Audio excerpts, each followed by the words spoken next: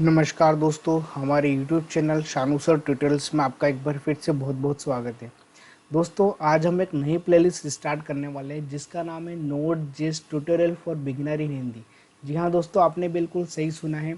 आज हम ऐसी इम्पोर्टेंट और इतना हाई लेवल फ्रेमवर्क के बारे में आज हम पढ़ने वाले हैं। नोड.जेएस जिसके मार्केट में सबसे ज़्यादातर रिक्वायरमेंट है, जो बड़ी बड़ी आईटीएस कंपनी है जो नोड.जेएस फ्रेमवर्क पर वर्क करती है। ठीक है दोस्तों, तो आइए हम स्टार्ट करते हैं हमारे नोड.जेएस के ट्यूटोरियल को। दोस्तों, नोड.जेएस के ट्यूटोरियल को स्टार्ट करने से पहले मेरे आपसे एक रिक्वेस्ट है कि अगर अभी तक आपने मेरे चैनल को सब्सक्राइब नहीं किया है तो काइंडली आप सबसे पहले मेरे चैनल को सब्सक्राइब कर लें और नोटिफिकेशन बेल को आप प्रेस कर लें ताकि जो भी मेरे लेटेस्ट वीडियो है उसकी अपडेट सबसे पहले आपको मिलती रहे। आइए दोस्तों, बिना टाइम वेस्ट के हम हमारे स्टार्ट करते हैं। दोस्तों, नोड.जेएस स्टार्ट करने से पहले सब ये बोलते हैं कि यार आपको जावास्क्रिप्ट काफ़ी अच्छे लेवल से आना चाहिए।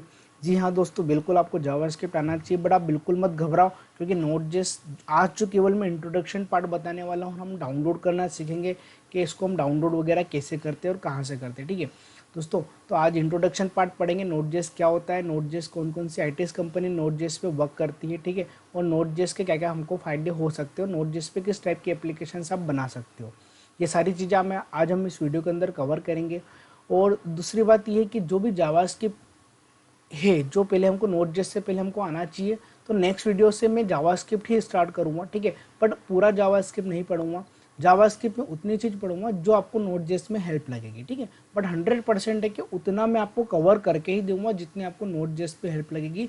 बाकी की बेसिक जावास्क्रिप्ट के लिए मैं अलग से ट्यूटोरियल्स वगैरह पूरा स्टार्ट करूँगा, स्टार्ट से एंड तक सारी चीज़ें उसके अंदर। बट अभी आपके लिए मैं इतना बता दूंगा जितने आपको रिक्वायरमेंट लगती है नोड.जेएस के अंदर। तो बिल्कुल भी आप घबराओ मत। मैं इस प्लेलिस्ट के अंदर मैं स्टार्ट से एंड तक पूरा आपको नोड.जेएस पूरा 100% आपको सिखाने वाला हूँ और बहुत ही ईजी वे पे। ठीक है, तो आप बिल्कुल भी निराश मत हो। आइए हम हमारी प्लेलिस्ट को वीडियो को स्टार्ट करते हैं। तो दोस्तों, सबसे पहले तो हम बात करते हैं कि व्हाट इज नोड.जेएस। नोड.जेएस की एक सिंपल सी डेफिनेशन है। दोस्तों, मैं आपको एक चीज बता देना चाहता हूँ कि नोड.जेएस, जैसे कि मैंने यहाँ पे लिखा, Node JS is a server side JavaScript framework. दोस्तों, नोड.जेएस कोई एक फ्रेमवर्क नहीं है। ठीक है, नोड.जेएस एक जावास्क्रिप्ट का रन टाइम इन्वायरमेंट है। आप अभी भी, हालांकि बुक्स वगैरह में काफ़ी सारी जगह पर लिखा हुआ है कि जावास्क्रिप्ट एक फ्रेमवर्क है।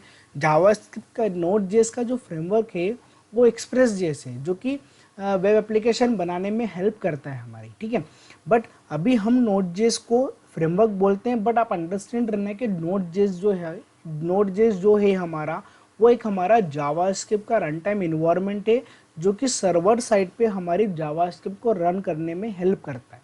ठीक है, सर्वर साइड पे हमारी जावास्क्रिप्ट को रन करने में क्या करता है, वो हेल्प करता है। ठीक है दोस्तों, स्टार्ट करते हैं हम हमारी इस टॉपिक को। तो नोड.जेएस की डेफिनेशन सबसे पहले आपको पता होना चाहिए कि Node JS is a server side JavaScript framework. जो मैं अभी आपको बताने वाला हूँ, जो मैं आपको बता रहा था, Node JS is a server side JavaScript framework which build on Google Chrome JavaScript engine V8। ठीक है दोस्तों, इस पर्टिकुलर लाइन का मतलब क्या होता है। सबसे पहले तो अभी तक जो हम जावास्क्रिप्ट यूज़ कर रहे थे, नोड.जेएस जब 2009 में जब नोड.जेएस लॉन्च हुआ था, उससे पहले जो भी हम जावास्क्रिप्ट रन कर रहे थे वो हमारी क्लाइंट साइड थी। कि अगर आपको रजिस्ट्रेशन पेज पे कोई भी वैलिडेशन वगैरह लगाना है तो आपको जावास्क्रिप्ट की हेल्प से आप लगा सकते हो, या कोई भी फर्दर आपको क्लाइंट साइड ऑपरेशन परफॉर्म करना है तो उसके लिए आप किसका यूज़ करते थे, आप जावास्क्रिप्ट का। ठीक है, तो जावास्क्रिप्ट जो था हमारा, जावास्क्रिप्ट ऐसा बोलते हैं, या ऐसा ऐसा मतलब मैंने काफ़ी बुक्स वगैरह में पढ़ा था कि हर पर्टिकुलर ब्राउज़र के अंदर एक इंजन वर्क करता है जिसको बोलते हैं हम जावास्क्रिप्ट इंजन। ठीक है, जो क्या काम करता है, इस इंजन की हेल्प से ब्राउज़र पे जो भी जावास्क्रिप्ट लिखी है वो उसको एग्जीक्यूट करने में हेल्प करता है। ठीक है, तो हर ब्राउज़र के अंदर एक जावास्क्रिप्ट का इंजन होता है जिसकी हेल्प से हमारा जावास्क्रिप्ट का कोड क्या होता है, हमारा एग्जीक्यूट होता है। ठीक है दोस्तों, मैं आपको इसको प्रैक्टिकली करके बताता हूँ कि ये चीज़ें कैसे होती है। ठीक है, तो सबसे पहले तो मैंने एक बिल्कुल लेटेस्ट फोल्डर बना दिया है, नोड.जेएस अंडरस्कोर यूट्यूब करके। इसके अंदर मैं एक सिंपली एक फाइल बनाता हूँ। फाइल का नाम दे दिया मैंने यहाँ पे basic.html। ठीक है, basic.html पे जैसे ही हम गए तो यहाँ पर मेरी जो HTML फाइल है उसको मैंने यहाँ पे ओपन किया, HTML कोड लिखा है। ठीक है, यहाँ पर लिख देता हूँ मैं नोड.जेएस इंट्रो करके लिख दिया मैंने यहाँ पे। ठीक है, टाइटल में। और दोस्तों, जैसे कि मुझे यहाँ पे सपोज मुझे यहाँ पे स्क्रिप्ट लिखना है तो मैंने यहाँ पे क्या लिखी, स्क्रिप्ट लिखी। अब इस स्क्रिप्ट के अंदर मैंने यहाँ पे सिंपली एक मैसेज दे दिया console.log, है ना। कंसोल डॉट लॉग जैसे मैंने लिखा और यहाँ पे लिखा मैंने हेलो वर्ल्ड, ठीक है। और जैसे मैं इस पर्टिकुलर प्रोग्राम को रन करता हूँ तो रन करने के लिए मैं सिंपली यहाँ पे इसका कॉपी पाथ कर लेता हूँ, मैं इसका कॉपी पाथ कर लेता हूँ। ओके, जैसे मैं इसको ब्राउज़र पे रन करता हूँ, ब्राउज़र पे जैसे मैं इसको रन करूँगा तो यहाँ पे आप देखोगे कि इसके कंसोल पे जाते हैं। जैसे मैं इसके कंसोल पे गया तो यहाँ पे आपको उसका आउटपुट दिख जाएगा। क्या आउटपुट आ रहा है उसका? हेलो वर्ल्ड, ठीक है। तो ब्राउज़र तो इस ब्राउज़र, ये जो हमारा ब्राउज़र है गूगल क्रोम, इसमें क्षमता है कि इसके जावास्क्रिप्ट के इंजन में इतनी क्षमता, मतलब इसके जो बैकएंड में एक इंजन वर्क करता है जिसको अपन बोलते हैं जावास्क्रिप्ट इंजन, जिसकी हेल्प से उसने क्या करा कि जावास्क्रिप्ट के कोड को रीड किया, स्क्रिप्ट के कोड को रीड किया और जो भी इसका आउटपुट था वो हमारे ब्राउज़र के अंदर कंसोल पे कर दिया, उसको उसने शो कर दिया, ठीक है। तो दोस्तों मैं आपको यही बताना चाहता था कि हर जावास्क्रिप्ट, हर ब्राउज़र के अंदर पहले जो 1995 में जब जावास्क्रिप्ट लॉन्च हुई थी, एक चीज़ बता देता हूँ मैं आपको, 1995 में जब जावास्क्रिप्ट लॉन्च हुई थी तो उस समय उनके जो डेवलपर्स थे उनका यही मकसद था कि हम उसको ब्राउज़र फ्रेंडली बनाएं। मतलब वो कहाँ पे जाकर के रन करें? हमारी ब्राउज़र पे, और वो भी client side, not the server side. कब कैसे वर्क करती है वो? हमारी क्लाइंट साइड। इसीलिए हम जावास्क्रिप्ट को अभी तक बोलते आ रहे थे कि जावास्क्रिप्ट हमारी क्लाइंट साइड programming language.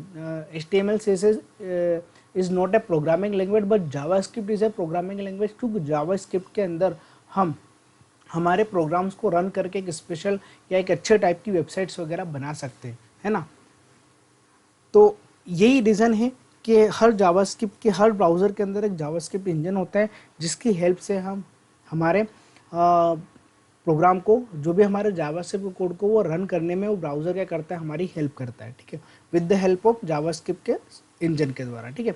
तो प्रोग्रामिंग लाइन यहाँ पर भी इस लाइन में यही लिखा हुआ है कि Node JS is a server side. नोड.जेएस जो होता है, अब हम चाहते थे कि जैसे कि जावास्क्रिप्ट जो हमारे क्लाइंट साइड वर्क करे उसको हमको सर्वर साइड पे एग्जीक्यूट करना है, तो सर्वर साइड पे जो जावास्क्रिप्ट एग्जीक्यूट होगी वो किसकी हेल्प से होती है? हमारी नोड.जेएस की हेल्प से, ठीक है। तो नोड.जेएस 2009 में मार्केट में लॉन्च इसीलिए हुआ था ताकि उसको हम सर्वर साइड पे रन कर सके। तो जावास्क्रिप्ट के नोड.जेएस के काफ़ी सारी डेफिनेशंस हो सकती है कि जैसे कि नोड.जेएस जो होता है हमारा रन टाइम इन्वायरमेंट है, नोड.जेएस जो है हमारा सर्वर साइड जावास्क्रिप्ट फ्रेमवर्क है, ऐसे किसी भी टाइप की डेफिनेशंस आप यहाँ पे उसके लिए बना सकते हो। तो अभी जो मैंने सिंपली डेफिनेशन बने कि Node JS is a server side JavaScript framework which build on Google Chrome JavaScript engine, जो मैं भी आपको बता रहा था कि जावास्क्रिप्ट इंजन होता है जिसकी हेल्प से हम जावास्क्रिप्ट के कोड को रन करते हैं। बट अब ये जो होगा ये सर्वर साइड होगा। तो नोड.जेएस क्या करता है? Node JS is a server side, नोड.जेएस हमारा सर्वर साइड जावास्क्रिप्ट फ्रेमवर्क है विच बिल्ड, जो किस पे बना हुआ है? Google Chrome JavaScript engine V8। JavaScript का जो इंजन होता है V8 वो सबसे हाई, मतलब काफ़ी बहुत हाईली इंजन है, ठीक है, जिसकी हेल्प से हम जावास्क्रिप्ट को हम सर्वर साइड पे रन कर सकते हैं, ठीक है, with the help of Node JS. और सेकंड पॉइंट ये है कि Node JS was developed by Ryan Dahl in 2009 में नोड.जेएस को मार्केट में लॉन्च कर दिया था, डेवलप कर दिया था, ठीक है। और तीसरा पॉइंट दोस्तों सबसे ये मैंने स्पेशली लिखा है कि front end and back and. काफ़ी सारे स्टूडेंट्स को ये प्रॉब्लम होती है कि यार जावास्क्रिप्ट वो फ्रंट एंड क्या होती है, जावास्क्रिप्ट हमारी बैक एंड क्या होती है। तो मैं आपको इसका समझाता हूँ, मैं आपको इसका पॉइंट समझाता हूँ कि दोस्तों जैसे कि क्या होता है कि अगर मैं एज ए वेबसाइट की अगर मैं बात करता हूँ तो सपोज़ मेरे पास ये ब्राउज़र है, सपोज़ मेरे पास एक गूगल क्रोम का ब्राउज़र है ना, ये ब्राउज़र है मेरे पास। इस ब्राउज़र पे सपोज़ मैंने कोई भी रिक्वेस्ट वगैरह करी है, मैंने यहाँ पे लिखा कि google.com, है ना, जैसे कि सपोज़ मैंने यहाँ पे लिखा है google.com, जैसे मैंने लिख करके इसको एंटर किया तो ये जो हमारा URL है यहाँ से हमारी एक HTTP रिक्वेस्ट जाती है। ये जो क्लाइंट है वो ब्राउज़र से रिक्वेस्ट कर रहा है, ब्राउज़र के URL पे उसने टाइप किया कि भैया मुझे गूगल का होम पेज ला करके दे दो। तो इसकी जो रिक्वेस्ट है, जैसे मैंने यहाँ से इसको एंटर मारूंगा तो इसकी रिक्वेस्ट क्या करेगा, वो उसके गूगल के सर्वर पे ले जाएगा। गूगल के सर्वर पे जो बैकएंड पे कोड होता है, गूगल के सर्वर पे जो कोड होता है, अब वो कोड किस पे बना है ये तो नहीं पता है, पर गूगल हमको एक रिस्पॉन्स देता है। वो रिस्पॉन्स जो आता है वो 3 चीज़ों से मिलके बनाता है। पहला होता है HTML, दूसरा होता है CSS, तीसरा होता है हमारा जावास्क्रिप्ट। HTML जो हमको दिखता है, जैसे कि मैंने एंटर मारा तो मेरे पास जो भी मेरे पास वेब पेज आ रहा है, ये जो वेब पेज आ रहा है तो जो मुझे गूगल के सर्वर ने रिस्पॉन्स दिया है उसने मुझे 3 चीज़ दी है, एक HTML दे दिया, एक CSS दे दिया, थोड़ा सा लुक वाइज जो CSS वगैरह दिख रही है आपको यहाँ पे ना, तो ये सब काम कौन करता है, हमारा CSS। तो HTML CSS प्लस जावास्क्रिप्ट की हेल्प से मुझे एक रिस्पॉन्स मिलता है। मतलब जब भी मैं ब्राउज़र से किसी भी पर्टिकुलर सर्वर से रिक्वेस्ट करता हूँ कि भैया facebook.com का मुझे पेज ला करके दे दो, तो उसके फेसबुक के पेज पे फेसबुक का जो सर्वर है उस पर तो code HTML CSS JavaScript jQuery bootstrap और PHP और सर्वर साइड का कोड और डाटाबेस का कोड सारे के सारे कोड रखे, बट वो हमको केवल क्या रिस्पॉन्स देता है, जो यूज़र को व्यू हो सके। तो व्यू क्या होता है, हमारा HTML CSS जावास्क्रिप्ट। तो यही रीज़न होता है कि ये जो जावास्क्रिप्ट होती है ये हमारे क्लाइंट साइड जावास्क्रिप्ट कहलाती है। मतलब जो भी सर्वर हमको एज ए रिस्पॉन्स देता है जावास्क्रिप्ट का, वो हमारा क्लाइंट साइड जावास्क्रिप्ट होती है। कौन सी लैंग्वेज, कौन सा जावास्क्रिप्ट का जो कोड आता है वो कौन सा होता है, हमारा क्लाइंट साइड। क्यों? क्योंकि जैसे मैं इसको इंस्पेक्ट करता हूँ तो मुझे यहाँ पर देखो, मुझे यहाँ पे क्या लिखता है, सब कुछ मुझे दिख रहा है यहाँ पे, ये सब मुझे डिव वगैरह दिख रहे हैं, और यहाँ पर मुझे जो स्क्रिप्ट वगैरह भी दिखेगी शायद यहाँ पे। देखो दोस्तों, ये जो हमारी स्क्रिप्ट है, ये जो हमारी स्क्रिप्ट वगैरह लिखी, ये हमारी कौन सी जावा स्क्रिप्ट है, बट ये हमारी क्लाइंट साइड जावा स्क्रिप्ट है। कौन सी जावा स्क्रिप्ट है, हमारी क्लाइंट साइड। मतलब एक वेबसाइट वर्क कैसे करती है कि जब भी मैं किसी ब्राउज़र से किसी भी पर्टिकुलर सर्वर से रिस्पॉन्स लेकर के आता हूँ, तो रिस्पॉन्स केवल हमको एक फॉर्मेट देता है, वो फॉर्मेट हमारा बना होता है HTML CSS और जावास्क्रिप्ट से। तो वो जो जावास्क्रिप्ट आती है वो हमारी फ्रंट एंड जावास्क्रिप्ट कहलाती है, वो हमारे क्लाइंट साइड जावास्क्रिप्ट कहलाती है। ठीक है, तो यहाँ पे फ्रंट एंड का मीनिंग यही होता है, जो मैंने अभी आपको फ्रंट एंड बताया। यहाँ पे फ्रंट एंड का मीनिंग ये होता है कि फ्रंट एंड मतलब जब भी मैं किसी वेबसाइट पे वर्क करता हूँ, तो मैं किसी सर्वर से अगर रिस्पॉन्स लाता हूँ, तो वो जो रिस्पॉन्स में हमको जावास्क्रिप्ट देता है वो हमारी फ्रंट एंड जावास्क्रिप्ट कहलाती है।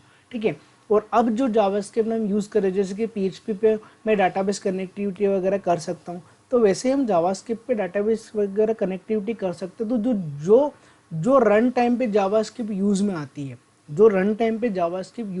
है, वो हमारी बैकएंड जावास्क्रिप्ट कहलाती है, जो कि Node.js हमको प्रोवाइड करता है। Node.js क्या काम करता है, हमारे जावास्क्रिप्ट के कोड को रन टाइम पे एग्जीक्यूट कर देता है। हमारा जावास्क्रिप्ट के कोड को रन टाइम पे एग्जीक्यूट करता है, वो भी सर्वर साइड। कहाँ पे? सर्वर साइड पे।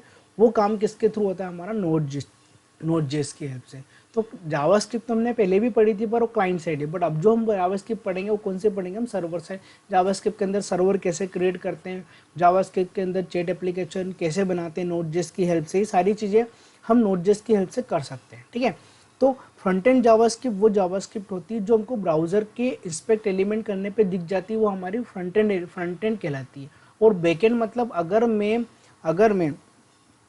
मैं ब्राउज़र पे अगर मैं इंस्पेक्ट भी करूँगा ना, इंस्पेक्ट भी, या फिर मैं व्यू पे सोर्स पे भी अगर मैं जाता हूँ, तो व्यू पे सोर्स पे भी मुझे जावास्क्रिप्ट नहीं शो होगी, तो वो जावास्क्रिप्ट कौन सी कहलाएगी, हमारी रन टाइम जावास्क्रिप्ट कहलाती है। ठीक है, जो कि हमारी बैकएंड पे वर्क करती है। ठीक है, अब जो बात आती है कि JavaScript are run on server side with the help of Node.js। जैसे कि मैंने अभी आपको बताया कि जावास्क्रिप्ट जो है हमारा, वो run time server side run करता है। जो जावास्क्रिप्ट रन होती है सर्वर साइड पे with the help of Node.js की हेल्प से हम जावास्क्रिप्ट को सर्वर साइड पे रन कर सकते हैं। Node.js use an event driven non blocking input output model. ये सबसे इंपॉर्टेंट पॉइंट है, सबसे इंपॉर्टेंट पॉइंट मानता हूँ मैं Node.js का। ठीक है, क्या होता है मैं आपको समझाता हूँ। Node.js is uses A event driven मतलब Node.js में अगर मुझे छोटा से छोटा टास्क भी परफॉर्म करना है, तो उसके लिए मुझे एक इवेंट को फॉलो करना पड़ता है, उसके लिए मुझे एक इवेंट को फायर करना पड़ता है। तो हर जावास्क्रिप्ट में छोटे से छोटे टास्क को एग्जीक्यूट करने के लिए हमको एक इवेंट परफॉर्म करना पड़ता है, इसलिए उसको बोलते हैं इवेंट ड्रिवन। ठीक है, और सबसे बड़ा पार्ट होता है हमारा non blocking input output model. अब ये क्या चीज़ होती है दोस्तों, मैं आपको समझाता हूँ। नॉन ब्लॉकिंग मतलब ये होता है कि हमारी रिक्वेस्ट जो है वो ब्लॉक नहीं होना चाहिए, हमारी रिक्वेस्ट जो है वो ब्लॉक नहीं होना चाहिए। इसका मैं आपको एग्जांपल देता हूँ कि सपोज PHP में क्या होता है, PHP में जैसे कि मैंने PHP सर्वर पे मैंने एक रिक्वेस्ट करी है ना, एक रिक्वेस्ट करी। सपोज मुझे PHP के सर्वर से मुझे 3 रिक्वेस्ट करना है। तो जब मैंने पहली रिक्वेस्ट करी तो दूसरी जो रिक्वेस्ट जाएगी वो क्यू में रहेगी। क्यों, कब तक क्यू में रहेगी? जब तक कि मेरी रिक्वेस्ट 1 का रिस्पॉन्स मेरे पास नहीं आ जाता, तब तक सेकंड रिक्वेस्ट को वो एक्सेप्ट नहीं करता है। ठीक है, जैसे सेकंड रिक्वेस्ट गई तो थर्ड रिक्वेस्ट क्या होती है, मेरी क्यू में रहती है। जब तक सेकंड रिक्वेस्ट का रिस्पॉन्स मेरे पास नहीं आ जाता, तब तक हमारी जो सेकंड रिक्वेस्ट है वो हमारी क्यू में ही रहेगी।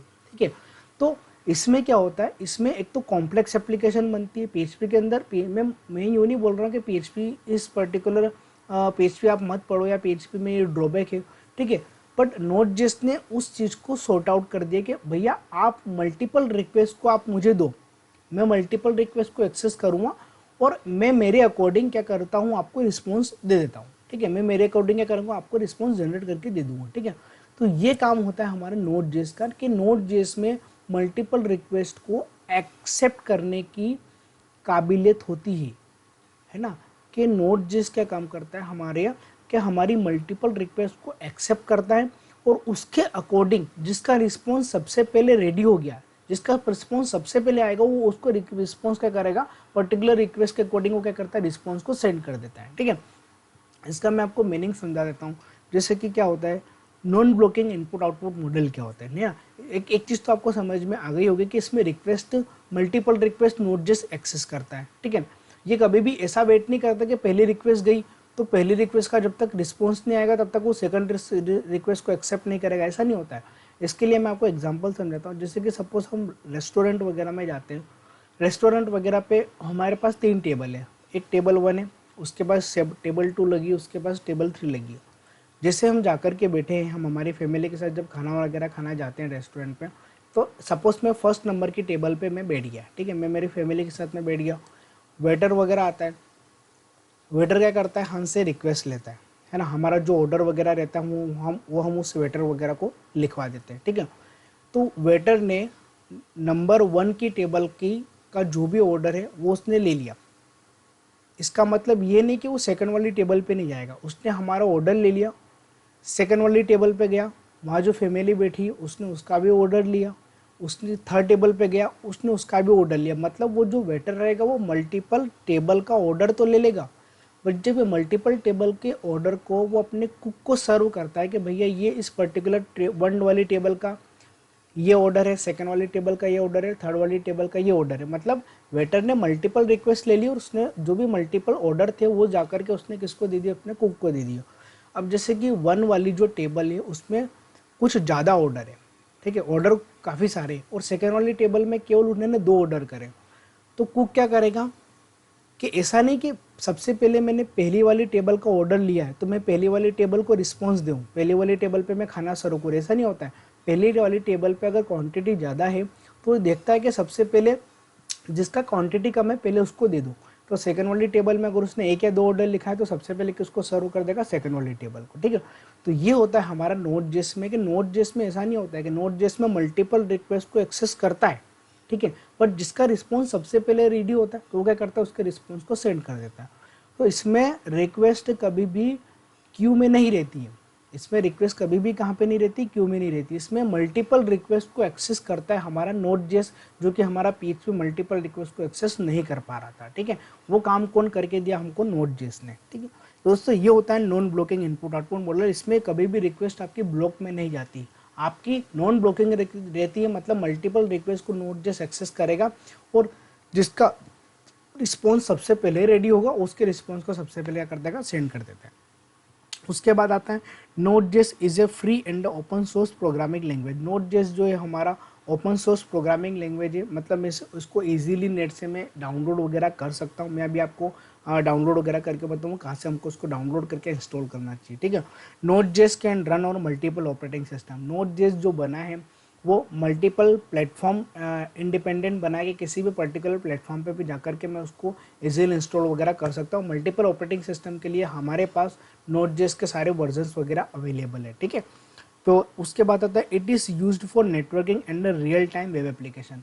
अब आप सोच रहे होंगे कि यार नोड.जेएस में मैं क्या क्या बना सकता हूँ। नोड.जेएस में सबसे बड़ा पार्ट तो नोड.जेएस में आप वेब एप्लीकेशन बना सकते हो। ठीक है, और उसकी जो एप्लीकेशन है बहुत फास्ट रहती है, बहुत फास्ट रहती है। ठीक है, ठीक है, और एक जो नेटवर्किंग एप्लीकेशन, मतलब जैसे कि आपको चैटिंग सर्वर वगैरह बनाना है तो वो भी बना सकते हैं। मतलब कुल मिलाकर के जो रियल टाइम एप्लीकेशन का मैं आपको एग्जांपल बताता हूँ दोस्तों। रियल टाइम एप्लीकेशन क्या होती है, जैसे कि हम टीवी में जब हम क्रिकेट वगैरह देखते हैं तो एक जो वेबसाइट है, आपको क्रिक बज या कोई भी एक ऑनलाइन स्कोर की वेबसाइट आप ओपन करके रखो, ठीक है।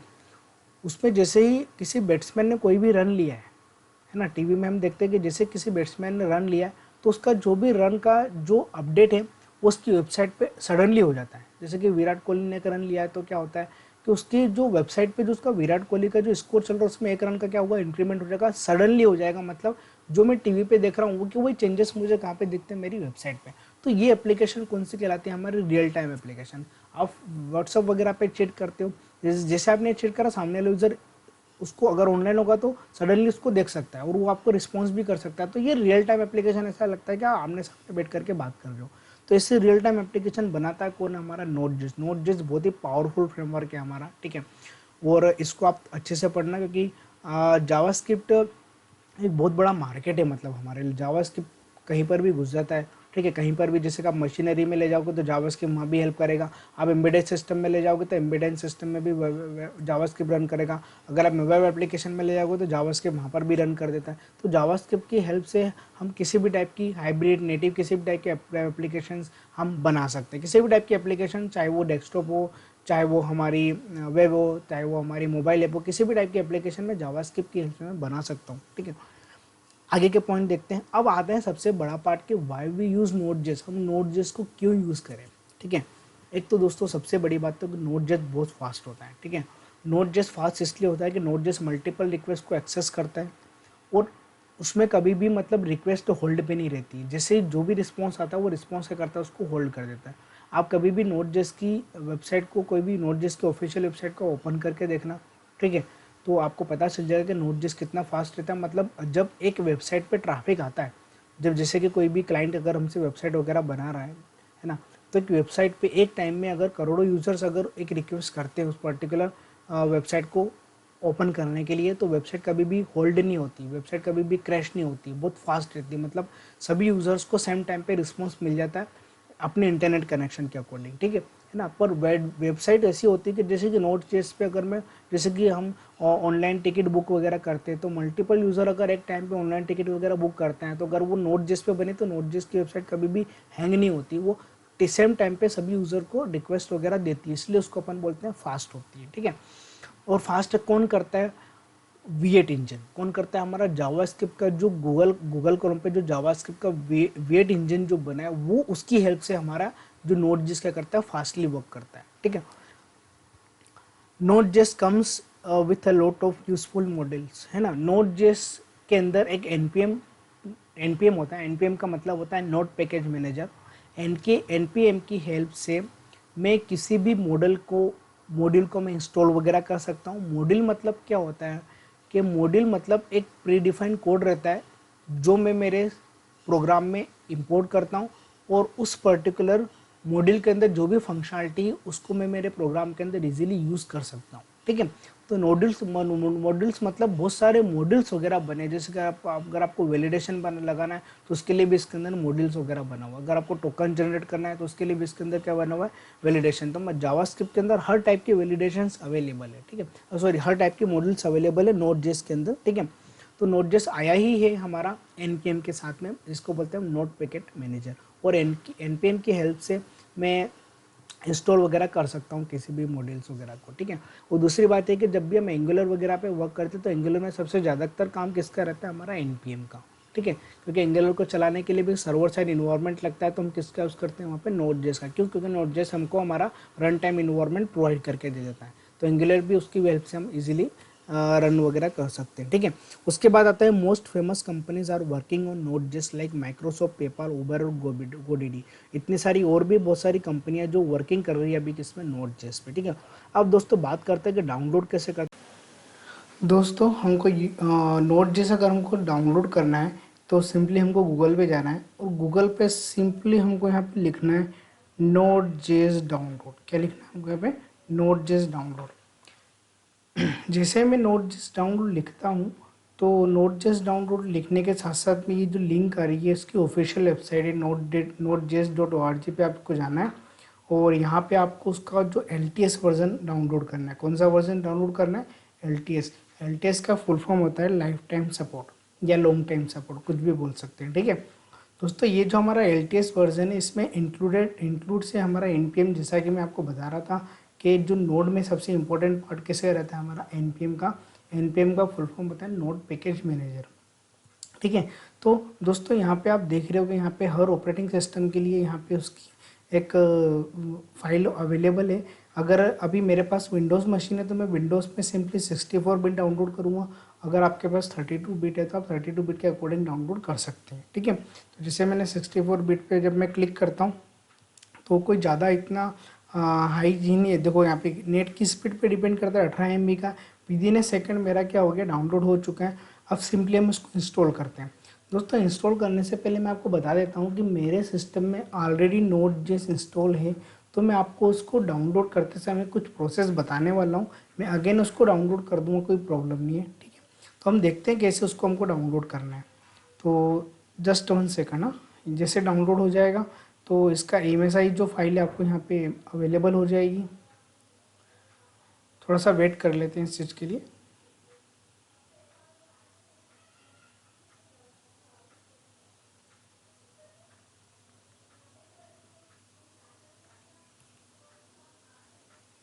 दोस्तों सिंपली डाउनलोड हो गया है। अब इसको जल्दी से हम इसको इंस्टॉल कर लेते हैं। इंस्टॉल करने के लिए जैसे मैं इस पर डबल क्लिक करता हूँ तो हमारे पास एक विंडो ओपन होगी।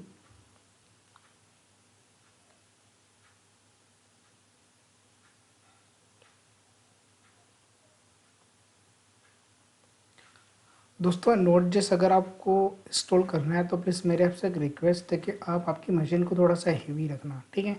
रन पे क्लिक करते हैं। सिंपली रन पे जैसे हम क्लिक करेंगे तो हमारे पास यहाँ पे एक विंडो आएगी, welcome to Node JS setup wizard. Okay, इसको नेक्स्ट करना है। और यहाँ पे देखो दोस्तों मेरे पास 3 ऑप्शन आ रहे हैं, चेंज, रिपेयर और रिमूव, ठीक है। क्योंकि मेरे पास ऑलरेडी इंस्टॉल है, ठीक है, मेरे पास ऑलरेडी इंस्टॉल है तो मैं इसको चेंज पे क्लिक करता हूँ।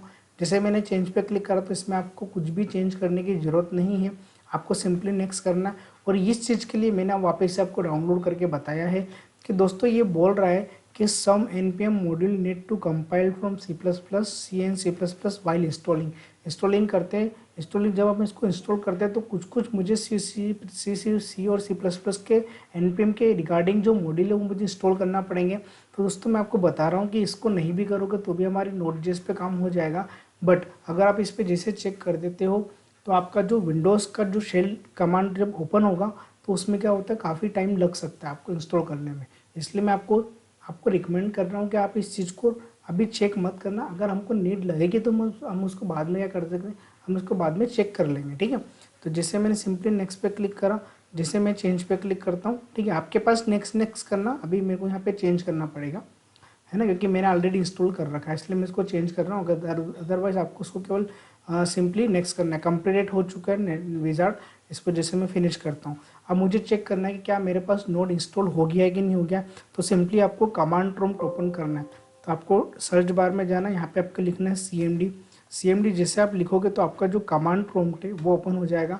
कमांड प्रॉम्प्ट पे आपको यहाँ पे सिंपली नोड लिखना है। जैसे आपने नोड पे क्लिक करा तो यहाँ पे आपके पास वेलकम लिखा हुआ आ जाएगा, वेलकम टू नोट.जेएस। और नोट.जेएस का जो वर्जन है ना 12.16.3 जो कि मेरा ऑफिशियल वेबसाइट पे दे रखा है, वो कि वही वर्जन मैंने लेटेस्ट डाउनलोड किया है 12.16.3, ठीक है। तो दोस्तों अब सिंपली हम यहाँ पे इसको कंसोल करके देख लेते हैं कि console.log पे जैसे मैंने इसको क्लिक करा तो यहाँ पर जैसे मैंने लिखा हेलो, ठीक है। और जब मैं इसको रन करता हूँ तो आप देख रहे हो यहाँ पे आउटपुट क्या आ रहा है, हेलो। मतलब ये कंफर्म है कि मेरा जो नोट.जेएस का वर्जन है वो प्रॉपर इंस्टॉल हो चुका है, ठीक है। इसको बाहर आने के लिए सिंपली डॉट एग्जिट करेंगे हम यहाँ से। डॉट एग्जिट करने पे क्या आ जाएंगे, हम यहाँ पे पूरी तरह से यहाँ से बाहर आ जाएंगे, ठीक है। तो दोस्तों ये था, हमने आज इस वीडियो के अंदर नोट.जेएस के इंट्रोडक्शन के बारे में देखा। नोट.जेएस इंस्टॉल करते हैं, नोट.जेएस कहाँ से डाउनलोड करना चाहिए और नोट.जेएस को हमको कैसे इंस्टॉल करना चाहिए। तो ये 4 चीज़ें आज की वीडियो में हमने कवर कर ली है। दोस्तों ये जो कोड है ना, जिससे कि मैं आपको एक छोटा सा कोड एग्जीक्यूट करके बताता हूँ कि नोट.जेएस का एक्चुअली कोड होता क्या है। तो सिंपली जैसा कि मैंने यहाँ पे लिखा है, सिंपली मैंने यहाँ पे एक नई फाइल बना दी। तो जो भी फाइल बना रहा हूँ वो मैं जेस नाम से बनाऊंगा, ठीक है। तो यहाँ पे लिख दिया मैंने बेसिक डॉट जेस। कौन सी फाइल बना दी मैंने, बेसिक डॉट जेस बना दी है। और बेसिक डॉट जेस पे सिंपली मैंने यहाँ पे लिखा कंसोल डॉट लॉग। अब चूंकि जावास्क्रिप्ट की फाइल है, चूंकि ये फाइल किसकी है, मेरी जावास्क्रिप्ट की, वेलकम टू माय नोड जेस ट्यूटोरियल, है ना, वेलकम टू माय नोट जेस ट्यूटोरियल्स। अब सिंपली मुझे इसको रन करना है। तो आप बोलोगे कि सर ये तो मैं डायरेक्टली रन कर सकता हूँ, पर मुझे इसका सर्वर साइड पे रन करना है यूजिंग किसका, नोट जेस की हेल्प से, ठीक है। तो दोस्तों सबसे पहले तो हमको चेक करना पड़ेगा कि ये जो मेरा फोल्डर ये सी के अंदर, जेम के अंदर, htdocs के अंदर नोट जेस यूट्यूब नाम के फोल्डर के अंदर बना हुआ है, ठीक है। तो सिंपली इसको रन करने के दो तरीके होते हैं, मैं आपको दोनों तरीके बता देता हूँ। पहला तरीका तो ये है कि अगर मैं कमांड प्रॉम्प्ट पे हूँ, देखो दोस्तों अभी मैं कहाँ पे हूँ, सी के अंदर, यूज़र के अंदर, शानू नीमा के अंदर, ठीक है। और मुझे मेरी जो डायरेक्टरी है यहाँ पे मैं बताता हूँ कि कहाँ पे मैंने फोल्डर बना रखा है। तो यहाँ पे आप इसका पाथ देखो, सी के अंदर, जेम के अंदर, htdocs के अंदर, नोट जेस के अंदर, ठीक है। तो सबसे पहले मुझे यहाँ से इससे बाहर आना पड़ेगा। तो cd डैश से क्या आ चुका हूँ, मैं बाहर आ चुका हूँ। अब उसके बाद मुझे कहाँ जाना पड़ेगा, ये जो मेरी फाइल है कहाँ पे स्टोर है, सी के अंदर, जेम नाम के फोल्डर में। तो सिंपली मैंने यहाँ पे क्या लिखा मैंने, सी के अंदर जेम, सी के अंदर जेम के बाद अब मुझे कहाँ जाना है, सिंपली htdocs के अंदर। तो ये मुझे यहाँ पे क्या लिखना पड़ेगा, htdocs, ठीक है। htdocs के अंदर गया। अब ये जो मेरी फाइल इंस्टॉल है कहाँ पे इंस्टॉल है, नोट जेस यूट्यूब नाम के फोल्डर के अंदर, ठीक है। तो यहाँ पे लिखा मैंने नोट जेस अंडरस्कोर यूट्यूब। जैसे इंटर मारूंगा तो ये फोल्डर के अंदर आ चुके हैं। अब इस फोल्डर के अंदर मेरी फाइल रखी है, कौन सी फाइल रखी है, जैसे कि फोल्डर तक तो मैं आ गया, और फाइल के और फोल्डर के अंदर मुझे कौन सी फाइल को रन करना है, बेसिक डॉट जेस। तो उसको रन कैसे करते हैं, रन करेंगे हम नोड की हेल्प से। तो मैंने यहाँ पे सिंपली लिखा है नोड और स्पेस फाइल का नाम, फाइल का नाम क्या है मेरा, बेसिक डॉट जेस। जैसे मैं एंटर करता हूँ तो यहाँ पे मेरे पास जो आउटपुट है, जो मेरा कंसोल डॉट लॉग पे मैंने लिखा था, एक ये आउटपुट मेरे पास यहाँ पे डिस्प्ले हो चुका है। दोस्तों इसको रन करने के दो तरीके, या तो कमांड प्रॉम्प्ट से ओपन कर लो तो भी चलेगा। अगर कमांड प्रॉम्प्ट से ओपन नहीं करना है तो अगर आप विजुअल स्टूडियो कोड में काम कर रहे हैं, अगर आप इस एडिटर पे काम कर रहे हैं, तो यहाँ पे मैं आपको बता देता हूँ, सिंपली यहाँ पे इंटीग्रेटेड टर्मिनल करके मिलेगा आपको। इंटीग्रेटेड टर्मिनल पे जैसे आप जाओगे तो इसमें क्या होता है कि यहाँ पे हमको, जैसे कि हमने अभी सी के अंदर, यूज़र के अंदर, शानू नीमा से हम डायरेक्ट कहाँ पे आ गए, सी के अंदर, जेम के अंदर, htdocs के अंदर, नोट जेस यूट्यूब। मतलब मुझे डायरेक्टरी वगैरह चेंज कैसे करी, ये मुझे कमांड प्रॉम्प्ट के थ्रू पता होना चाहिए, अगर आपको कमांड प्रॉम्प्ट से काम करना है तो, ठीक है। अगर आपको यहाँ पे देखो दोस्तों, अब जो मेरी डायरेक्टरी बनेगी, जो मेरी फाइल बनेगी, ये उसका जो एक्टिवेटेड पाथ है वो दे देता है। तो मेरा कौन सा पाथ था, यही पाथ है, क्योंकि इसी के अंदर मेरी फाइल वगैरह सेव है। तो इसी फोल्डर के अंदर जो भी फोल्डर के जो डायरेक्टरी पाथ है, ये ऑटोमेटिकली एडिटर यहाँ पे टर्मिनल के अंदर दे देता है। अब सिंपली मुझे रन करने के लिए यहाँ पे क्या लिखना पड़ेगा, नोड स्पेस फाइल का नाम, फाइल का नाम क्या देना, बेसिक डॉट जेस। जैसे मैं इसको रन करूँगा तो यहाँ पे क्या गया, वेलकम टू माई नोट जेस ट्यूटोरियल। तो दोस्तों ये होता है कि नोट जेस के थ्रू हम किसी भी जावास्क्रिप्ट की फाइल को हम कैसे हैंडल करते हैं और कैसे हम उसको रन करते हैं। अब एक और चीज़, जैसे कि नोट जेस की ऑफिशियल वेबसाइट पे आते हैं, एक्चुअली नोट जेस के कोड इतने छोटे नहीं होते, जैसा कि आप समझ रहे हो। नोट जेस का जो ऑफिशियल कोड रहता है वो भी मैं आपको बता देता हूँ। नोट जेस का जो ऑफिशियल कोड रहता है उसके लिए आपको अबाउट पे जाना पड़ेगा। जैसे आप अबाउट पे गए तो यहाँ पे उन्होंने एक फ़ाइल बना रखी है। यहाँ पे देखो दोस्तों, एक नॉर्मल सा ये चीज़ें हम बिल्कुल बेसिक लेवल पे पढ़ने वाले हैं, है ना, बहुत डीप लेवल पे पढ़ेंगे इन सब चीज़ों को। तो अभी तो जस्ट मैंने इसको कॉपी किया, कॉपी करके जैसे मैं इसको यहाँ पे पेस्ट करता हूँ, जैसे मैंने इसको यहाँ पे पेस्ट किया, तो अब आप देखोगे कि जैसे मैंने इसको पेस्ट कर दिया यहाँ पे, अब मुझे इसको रन करना है। दोस्तों इसके अंदर कहाँ पे ये क्या होता है, रिक्वायर HTTP, ये सब चीज़ें मैं आपको आगे बताने वाला हूँ, ठीक है।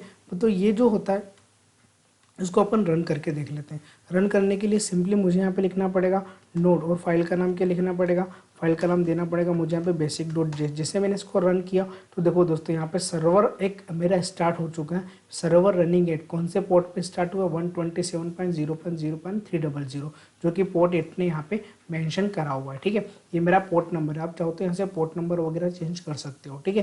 और ये मेरा होस्ट का नाम है। तो मुझे भी सिंपली क्या करना पड़ेगा, मुझे इसके प्रोग्राम को अगर ब्राउज़र पे चेक करना है, ब्राउज़र पे रन करना है, तो मुझे यहाँ पे जाना पड़ेगा, मुझे यहाँ पे सिंपली लिखना पड़ेगा।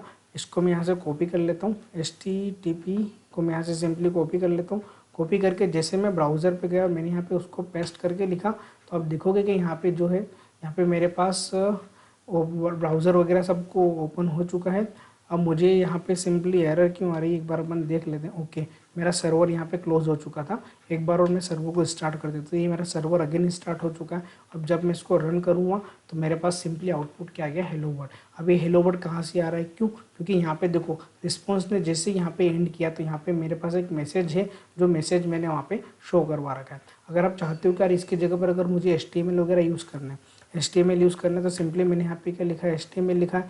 जैसे मैं HTML को मैं यहाँ से क्लोज करता हूँ तो यहाँ पे H1 क्या आ जाएगा, यहाँ पे शो हो जाएगा, ठीक है। और दोस्तों जब भी आप अगर इस फाइल में कुछ भी चेंज करते हो तो आपको आपके जो सर्वर है उसको रिस्टार्ट करना पड़ता है। रिस्टार्ट करने के लिए आपको Ctrl+C करना पड़ेगा। Ctrl+C से पहले आपको बाहर आना पड़ेगा, फिर आपको फाइल को क्या करना पड़ेगा, अगेन इसको रन करना पड़ेगा। तो फिर मैं नोट करके basic.js करता हूँ तो अगेन मेरा सर्वर स्टार्ट हो चुका है। तो ये जो सर्वर कैसे बनाते हैं ये भी हम इसके अंदर देखने वाले हैं। अब देखो दोस्तों यहाँ पर सिंपली मैंने क्या करा था, मैंने यहाँ पे H1 के अंदर हेलो वर्ल्ड लिखा हुआ है। अब यहाँ पे H1 तो डायरेक्टली शो हो गया, इसका मतलब है ब्राउज़र H1 को सपोर्ट नहीं कर रहे हैं। क्यों नहीं कर रहे हैं, क्योंकि आपने जो कंटेंट टाइप है वो टेक्स्ट और प्लेन दे रखा है। आपको यहाँ पे उसके जगह पर क्या लिखना पड़ेगा, HTML।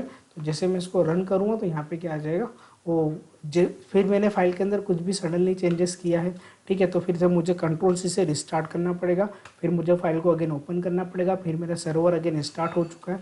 फिर मुझे ब्राउज़र पे जाके जैसे मैं रिफ्रेश करता हूँ तो यहाँ पे H1 हेलो वर्ल्ड किसके अंदर आ चुका है, मेरा H1 के अंदर। तो यहाँ पर मैं सिंपली पूरी की पूरी HTML की कोडिंग यहाँ पे इजीली कर सकता हूँ।